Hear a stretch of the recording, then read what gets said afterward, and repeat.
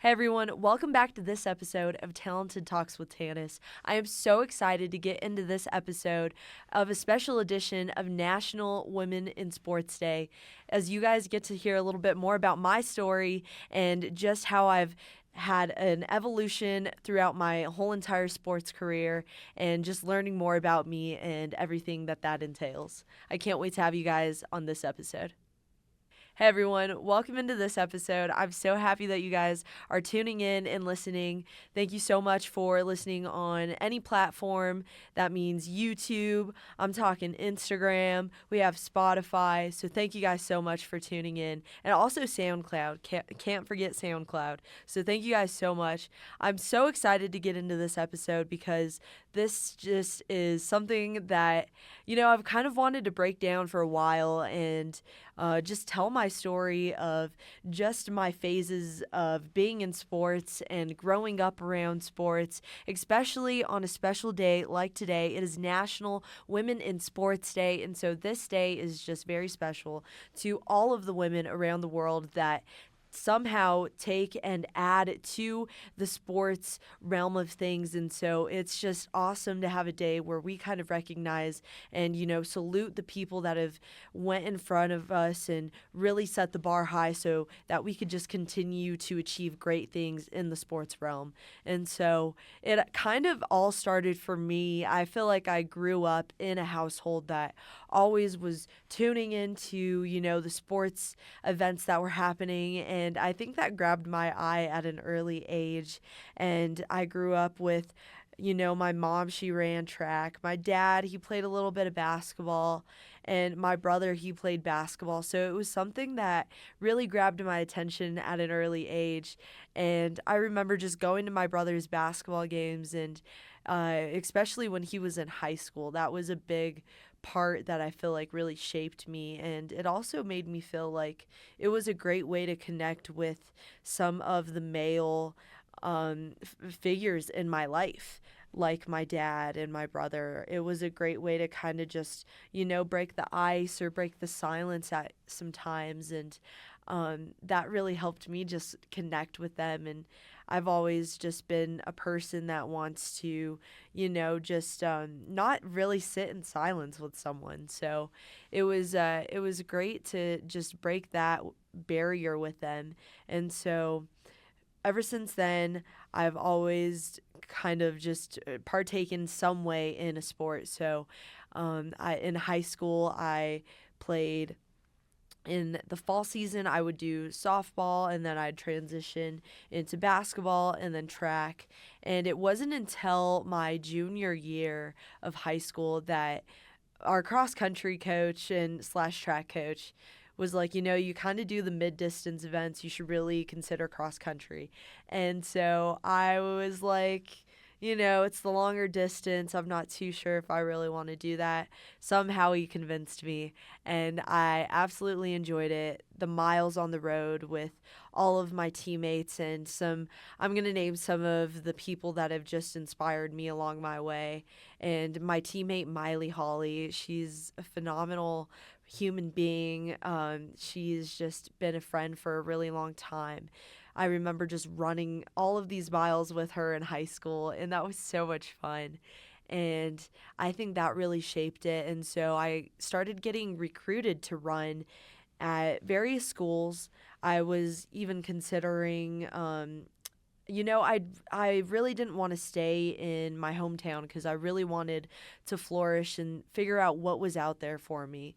And I believe I did so in a really good way. So I started applying to just a bunch of schools, and I really started taking this seriously my senior year that I wanted to continue running after high school. And so that was a great opportunity right there for me. And it was about, I'd say, the fall semester of high school. Um, well, actually, no, forgive me. It was in the May, we were starting to wrap things up with track season. And I was kind of like, I don't know if I'm going to be able to, run in college because the schools, like, the tuition was just absolutely insane. And so it wasn't until my coach, she reached out to me on Instagram and she said, being in the downtown Denver area, it would be awesome for what you want to do in sports management. At the time, I was really considering sports management. And she was like, we're right in the heart of downtown. We have the Broncos by us, we have the Nuggets and the Avs and the Mammoth and the Rockies and the Rapids. And so I was like, I think that would be a great move for me. And it really was a blessing for me to be here at MSU because um, I just feel like there's been certain scholarships that have been in my path that have allowed me to just be in this position that I am today. And I feel like even just my hard work and dedication has also allowed me to be able to even apply to some of those things. But I'd say just how hard I've worked ever since high school has really paid off. And I would like to really contribute that to the work ethic that you learn while you're playing these sports. I mean, you're up in the mornings at 7 a.m. and you're really getting that grind in, and you're really putting your mind after something that at first, you might not even think is possible or even the people around you. But it's just the fact of the self belief and the self discipline that really, excuse me, it's the self discipline that really gets you out there in the first place. And just the need and the want to be better, I think, goes a long way. And so, back into my recruiting story, I was able to come to MSU Denver, and I feel like it's been the absolute best fit for me possible. I applied to a lot of schools, and I'm not gonna lie, my dream school was Ole Miss. I have family in Mississippi, and I thought it would have been a really good opportunity, but it just wasn't that fast enough coming out of high school to be able to do that. And I look back now and I feel like God has put me on this path for a very specific reason, and that everything that I've been through and am going to go through is at the right time. And even if I don't see it, I feel like timing is everything. Every second counts, every second matters.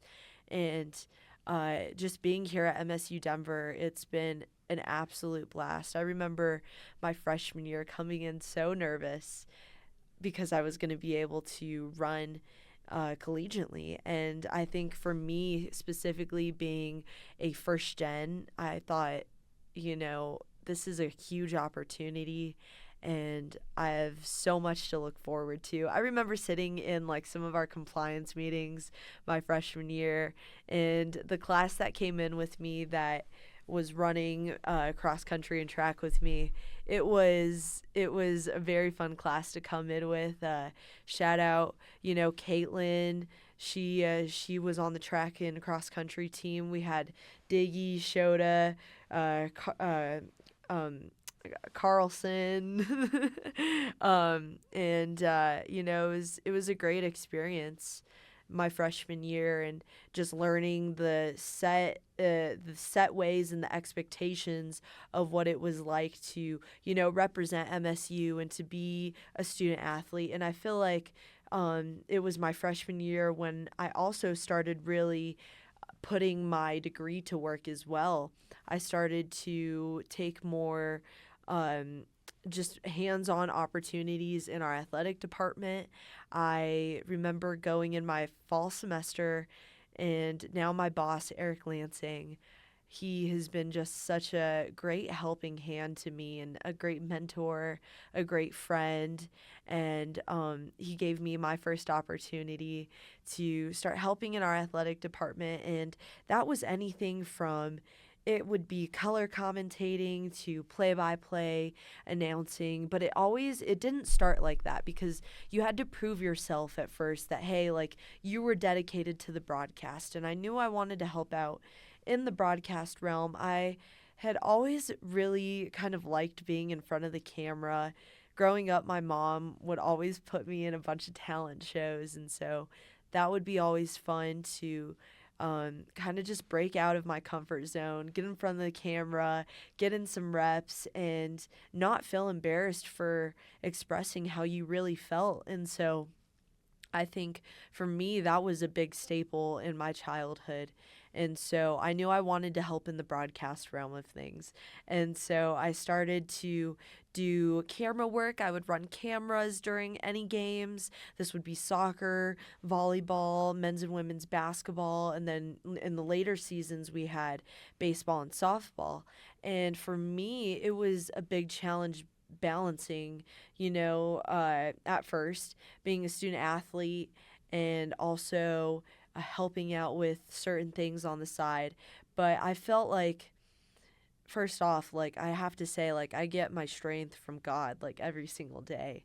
And if it wasn't for Him, like I wouldn't be able to be doing all these things that I'm doing, but also like just how strong that He has made me in my everyday life. Like I feel like I have so much energy because I'm excited, number one, to do the things that I get to do. I feel like in the sports realm of things, it's so beautiful because we flourish and just thrive off of seeing people do good in their everyday life and something that they put so much effort and dedication to. And we thrive off that. We live off that. We love that. We look forward to moments like that. And so I think for me, working in sports was a no-brainer.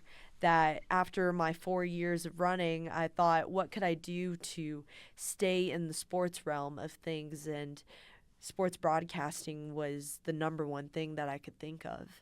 And I just continued to nourish what I really wanted to do. And so I think something that has also helped me is just keeping an ear out for what's going on around me. My freshman year, I had the opportunity to help out with the March Madness basketball tournament. They were coming to Ball Arena. And at first, when I was contacting our Connect, that I had heard one day in our athletic training room, I was stretching, getting my treatment in, and I was just talking out loud to our athletic trainer and some of the athletes that were in there at the time. And I was like, hey guys, did you know that like March Madness is coming to Denver? Isn't that so cool? And our athletic trainer said, hey, like, did you see that email? And I was like, no, what email? And she was telling me that our athletic director at the time had sent out an email saying that they were looking for people to volunteer to help sweep the floors. And I was like, are you kidding me? This would be an awesome opportunity. And so I just continued to call my contact that they had set me up with. And at first, they said they already had enough people to help. And I was like, okay, well, thank you so much. Please let me know if anything opens up. I'm more than willing to help. And after that, he kept in contact with me and told me that a spot opened up. And that tournament, I was so happy to be there. I remember just trying to meet as many people as I possibly could. I was, maybe not in the area to like, because I was helping sweep the floors, and when I would get an opportunity, I would go where all the press were because they would have the press conference set up. And then there was, of course, March Madness is so huge that they just have such a big press room that I would just try and introduce myself to the next person I would see, anyone with a credential. I had my business cards ready to go, and it would just say Tanis Chavez, photographer, sports journalist, and then it would have my email, phone number, and a QR code to my LinkedIn. And I would think my mom was a big contributor to someone that even gave me the idea to have a business card. And I thought that was just a big benefit and help in itself. And so I met this one mentor, now great friend, David Hirsch. He worked for ESPN for a very long time, and he was also part of the Pac 12 communications team. He was there at the March Madness tournament. He was helping run the press conference, he was moderating those. And so I had met him because I was just right there in the in like Vom 1, and I just turned to my side and I saw him, and I was like, just started talking to him, and we kept in contact after. And he was telling me that he had just left the Pac-12, and that he was working for the Las Vegas Bowl now. And so I thought he was a great help because he had really mentored me, taken me under his wing. He had stood on a call with me for about 2 hours. And I feel like it's really people that set time aside and are just so down to earth. I feel like you find in this industry, there's so many female and male mentors and just passionate people that want to help you, that want you to succeed. And David is definitely one of them. And he helped me so much. And so I later on applied to this internship the end of my freshman year. It was for the Denver Nuggets ticket sales. And the reason I found out about this internship is because our sports management club at the time had, is my hair going up? My hair's going up in the back. It's okay. My my sports management club at the time here at MSU, they were going to a job fair at the Rapids, and I was like, let's go. A lot of the people that were going were seniors, and shout out Tia Smith with the Nuggets, another great person that really helped me out in my career. She was working for the Nuggets at the time, and she told me that I really stood out to her being a freshman among all of the seniors and juniors that were there at the job fair. And she said she'd keep my resume and give it to her hiring manager. Well, her hiring manager, shout out Will Weinstock, he gave me a call and we went through the hiring process, but I believe it was around Christmas time. He told me that I was very young at the time, being a freshman, but to keep in contact with him because, after that season, you never know what might open up. And so I did exactly that. My sophomore year, we had a meeting, or I believe this might have even been that spring semester.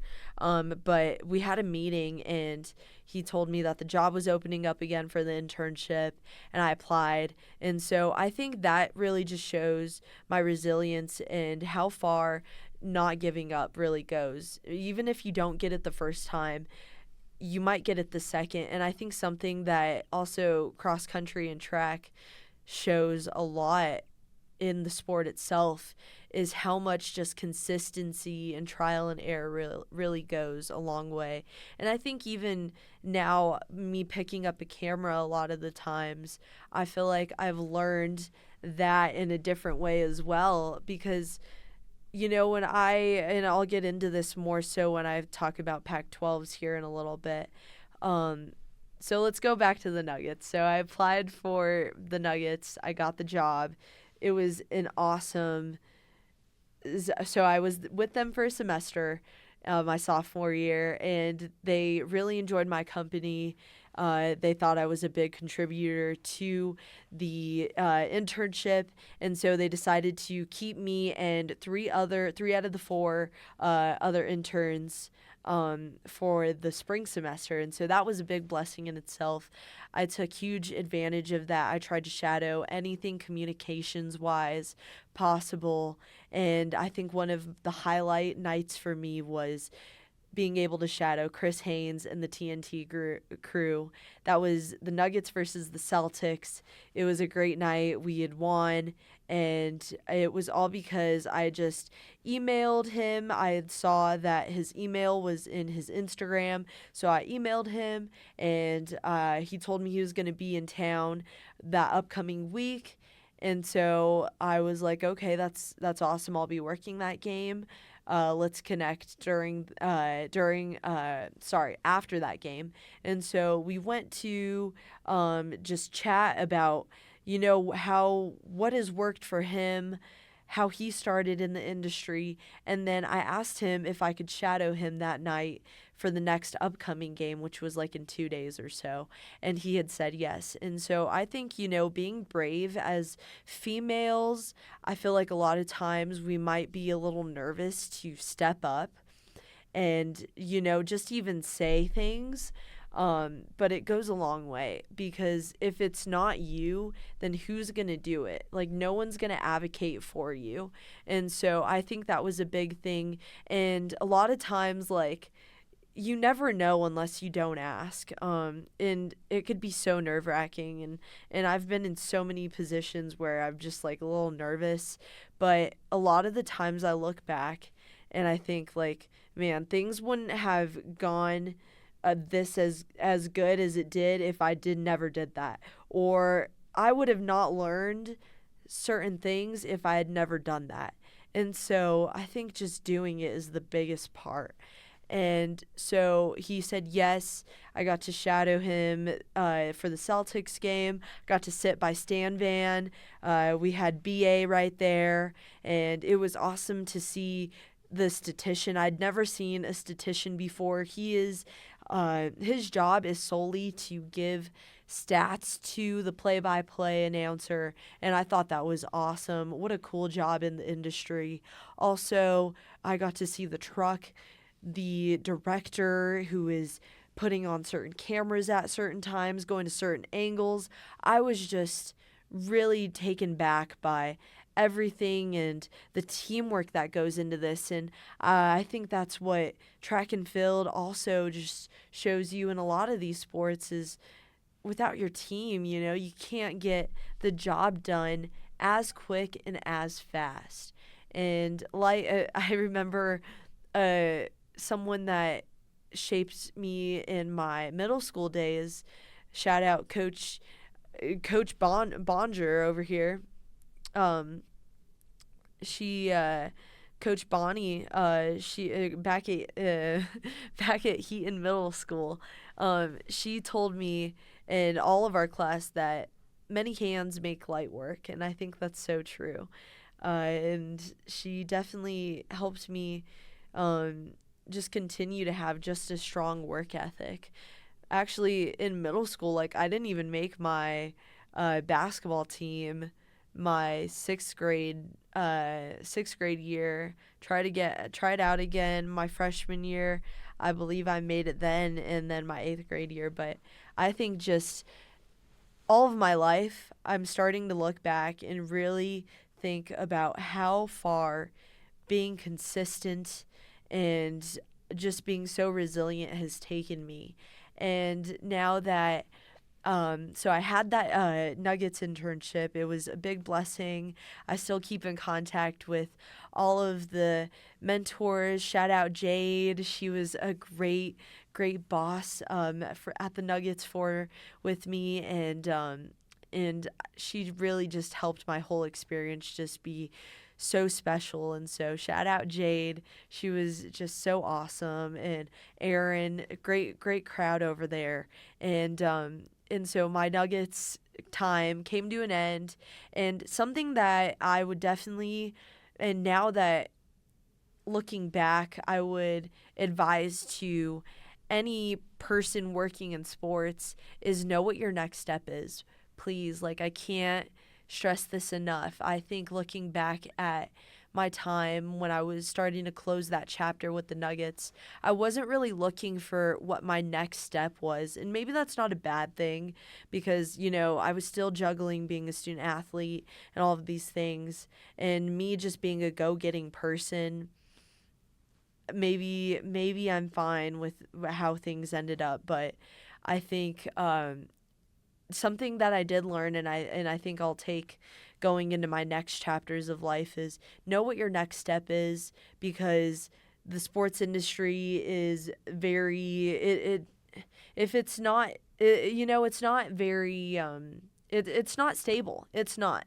You never know when you're going to have a job, when you're not, how long it's going to be, if it's going to be 2 weeks, 4 days. You never know. It's a moving progress for sure.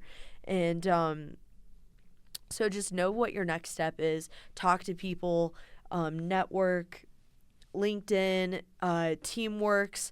I also got a recommendation today from my advisor here at MSU Denver. She said the NCAA has a website called The Market, and they showcase all of their jobs that entail working for the NCAA in their sports department. So The Market, check that out. I'm also going to check that one out for sure. Teamworks is a great one. I found a lot of things on Teamworks. And LinkedIn for sure. And also, shout out Travi. Travi at USC. I met him. So we're going to go into the Pac-12's portion of this now. So Megan, she was working with me at the Nuggets. She was in their, I believe, their group sales. And she told me she went to CU alum. And I was asking her that, the Pac-12s were coming to town, CU Boulder was hosting it, if she had any connection in their athletic department. And she hooked me up with their contact, and I applied for a credential under my Talented Talks platform. And this was something that I had been working on Instagram, and it had showcased all of my work that I had been doing for our athletic department. And so I applied, I got accepted. Shout out the contact at CU because they've treated me so nice over there. And I got accepted. And this was, I'd say, probably my biggest breakthrough right here was the Pac-12s. I had my business cards. I was just trying to be as most prepared as I possibly could. I was staying up nights trying to get all of my notes ready for this meet. It was a lot of preparation, and just like anything, I feel like preparation is key. And if in specifically sports broadcasting, if you're not willing to put in preparation and research, then it's not for you. Like, I feel like that's something that I've learned right away, and it's something that it pays off. It pays off to know a little bit more about someone and to just be personable, be genuine alongside those things. And so Pac-12s, I was just meeting as many people as I can, and I met the most wonderful, talented person I could probably think of right now, and that's Kirby Lee. Kirby Lee has he's been a big contributor to the photography industry, sports photography, and based out of LA. This guy's been in the industry for a long time, absolutely loves track and field. Hopefully one day we could get him on a podcast for sure. And I'd met him, and ever since then he has been such a great friend, a great mentor, someone that I absolutely admire in this industry. Also met Travi, like I get in group chats that people are willing to share what jobs they see going on in the industry right now. And Travi, he has done a great job at absolutely keeping the people in his loop, in contact, and knowing what's going on with openings. So I think that has been also a great way to find jobs. But I think that experience at Pac-12s was a huge asset to me. And so after Pac-12s, it was a opportunity my junior year. March Madness had come back into town because it was my freshman and junior year. And this year, I was actually, since I had met David Hirsch, my mentor from the first time that March Madness was here, I had met him. he told me that I could partake in March Madness a little bit more hands-on this time, and I was going to actually help direct certain teams from the bus to their locker room to the court, and help alongside that. And so I was helping out UC San Diego, and it was great because it was their first time being in the tournament. And so it was great to see them do their thing, and even though they got knocked out by Michigan, it was awesome to just once again just really put myself out there and try and meet as many people as I could. I met Dana Jacobson. We also had Scotty with the Cotton Bowl. He was helping the student athletes get from their locker room to the press conference, and he is the president of the communications for the Cotton Bowl, and he's been a major help in my career as well. And so that was a big opportunity for me. And right after that, it was a great opportunity. I had gotten in contact with Kirby. I had told him that, hey, I was going to be in the Seattle area, and he invited me out to the D1 Natties. And this was for track and field, and this is at Eugene, of course, Tracktown, USA.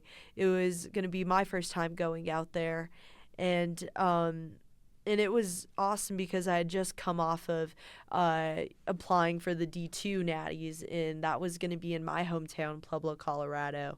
And so I was taking photos at the D2 Natties, and then I was going to go on a trip for my birthday.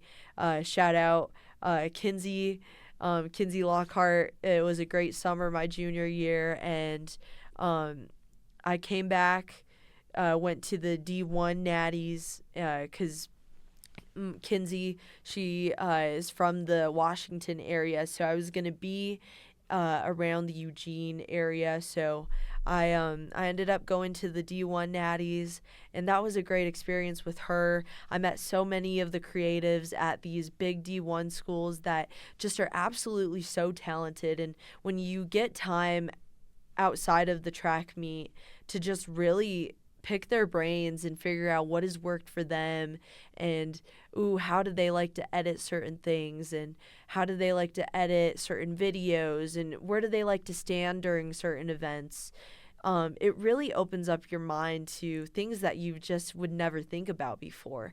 And so I think another part was just the prep for that too. I mean, this was going to be my first time asking questions at a press conference of that certain level, and so I just I remember just getting all my questions in line before I even went to the press conference. And speaking of a time of being nervous, I mean, that was one of them, my first time. And something that gave me all the confidence in the world was, I believe it was the NCAA or a big publication in the track industry. They posted my question that I had asked. And I was like, wow, if it was good enough to post and the response was good enough, like, I think that speaks volumes of that I'm on the right track of asking questions and the right questions at the right time. And so that was a big confidence booster for me. And Kirby Lee, he was insisting that I go to the pre-classic. It was the 50th edition. I was like, man, the 50th edition, how could I miss that? How could I miss the 50th edition? So I flew back to Eugene it's always on the 4th of July. And so I went back to Eugene, and this was my first time of covering pro track and field athletes, and it was really like eye-opening because I was right in front of, we had just come off of an Olympic year, and oh man, I was in front of Sha'Carri Richardson. We had Athing Mu. This was her first race back after her falling at the Olympics. And we had Christian Coleman, Sydney McLaughlin, and it was so many people that I had just really looked up to my whole entire track and field running career. And so I was like, wow, for this to be just right in front of me, it was a big blessing in itself. And so I wanted to be as prepared as I possibly could, and I did all of my notes. I started making graphics weeks in advance so I could just pop those interviews into the graphics or any photos that I wanted to do for any social media posts. And just being prepared goes a long way, bringing extra batteries, extra SD cards, something that I've recently learned. And also utilize your resources. Here at MSU Denver, we as journalism students have the opportunity to be in rooms like this right here. This is all an MSU Denver room. We get cameras we get to check out. And something that I've learned recently is if you get an opportunity to check out two different cameras, get two different bodies if you have two different lenses so you don't have to be switching them out. You would think it would have hit me a little bit before just this last track meet at Millrose, but it goes a long way and it saves you a lot of time. Yeah, bring your batteries, everything like that. And so went to the pre-classic, tried to market myself as much as I possibly could. And along the way, I mean, just being consistent in my social media presence has been a big thing. My Instagram, I love going in on LinkedIn as well. And so that has been a big asset for me. And so after the pre-classic, things started to settle down a little bit. We were getting ready to go into now my senior year of college, and it was a big blessing because cross country this past season was the best season that I had ever had. I really felt like I learned how to run a 6K to the best that I've ever done, and now that I was able to the beginning of so actually when I was at the D1 Natties, Youth Runner magazine, now that I've been working with for the last 4 meets, they really admired my hard work and work ethic, that I was taking photos, and then while I was also going to the mix zone and trying to get interviews with people, and then I was trying to maybe post pretty consistently that day. They saw my effort and they decided to have me join their team, and so I've been able to cover 4 meets now for them, and the first one was during August. Yeah, that was during August. I'm sorry, the end of July,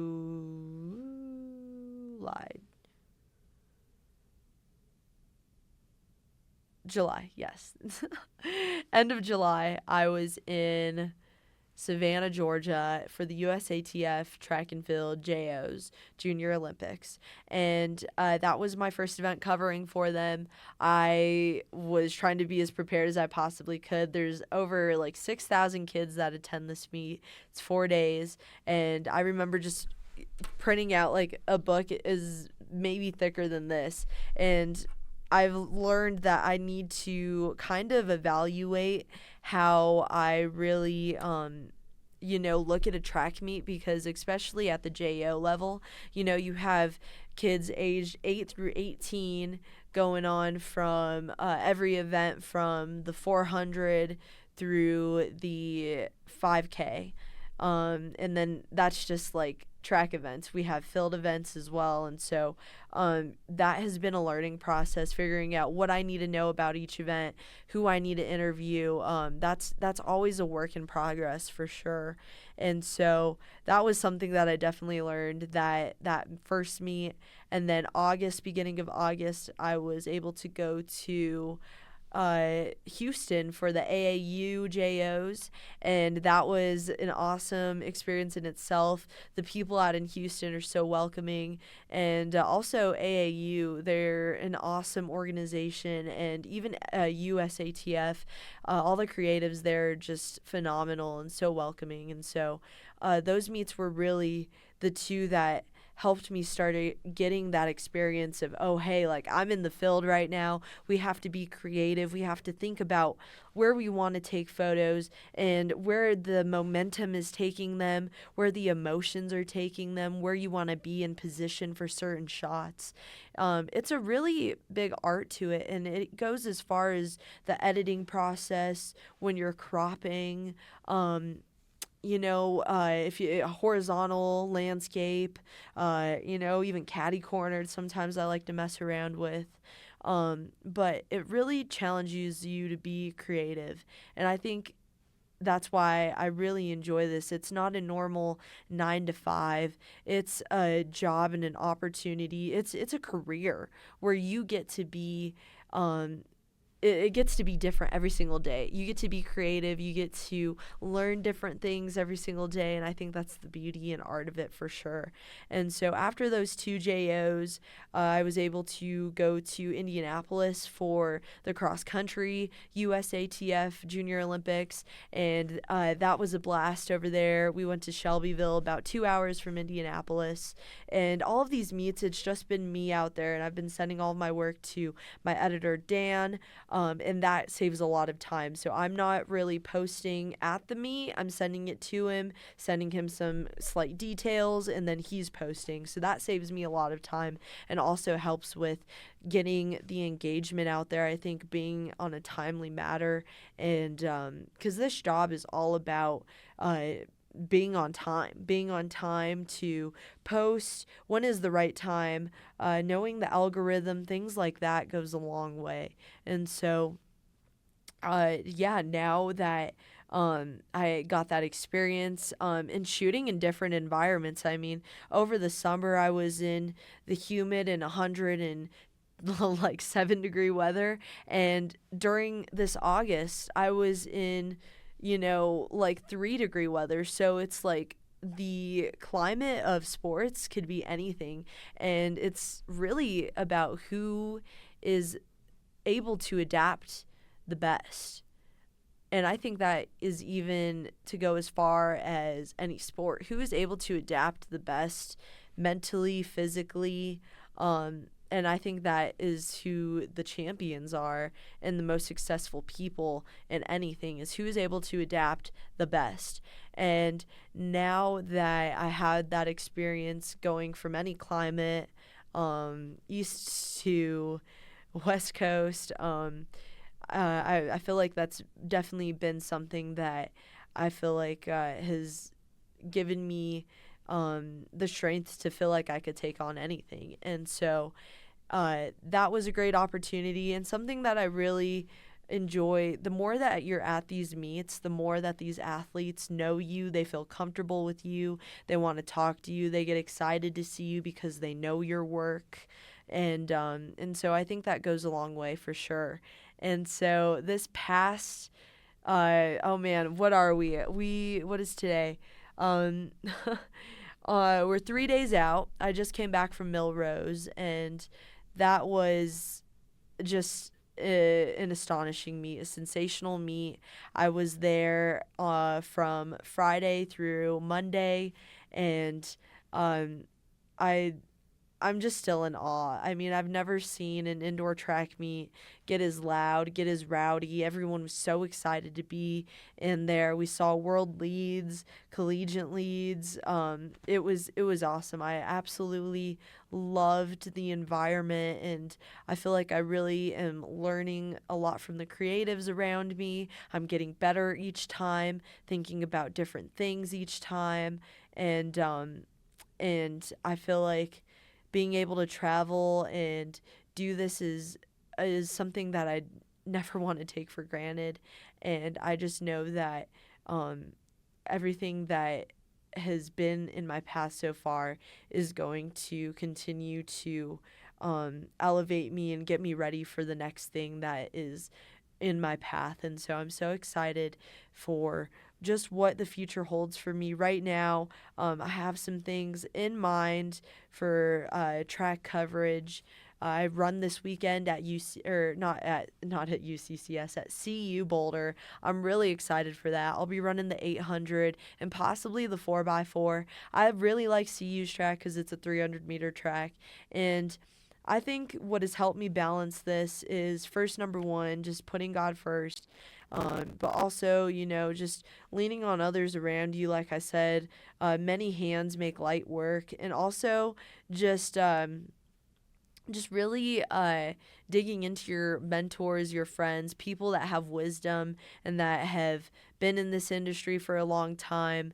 And so I think this has been one of the best starts to the year for me, and I can't wait to see just how I continue to grow in the sports industry, both either running or working in it. And I'm very excited for everything that's in store. After college, I've already decided I really want to run a marathon. That's something that I want to do post-collegiately, and also really lean into, your nutritionist while you have it for free. We have a great health center here. Also, sports psychologist, any physical therapist, lean into that. That's also been said. Put your mental health first. You don't need to say yes to everything. And that's something that, I've really struggled with. And it wasn't always as easy, but I think, being a senior now in college, that's something that I've definitely been learning a little bit more, and have fun with it too. Doesn't always need to be so business, and